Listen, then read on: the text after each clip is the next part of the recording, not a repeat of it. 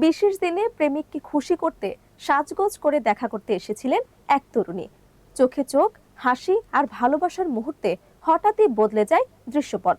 কারণ এই সম্পর্ক ছিল স্বামীর অজান্তে। আর ঠিক তখনই সামনে এসে পড়েন স্বামী। ভাইরাল ভিডিওতে দেখা যায় প্রকাশ্যে স্ত্রীর হাত ধরে আটকে রাখেন তিনি।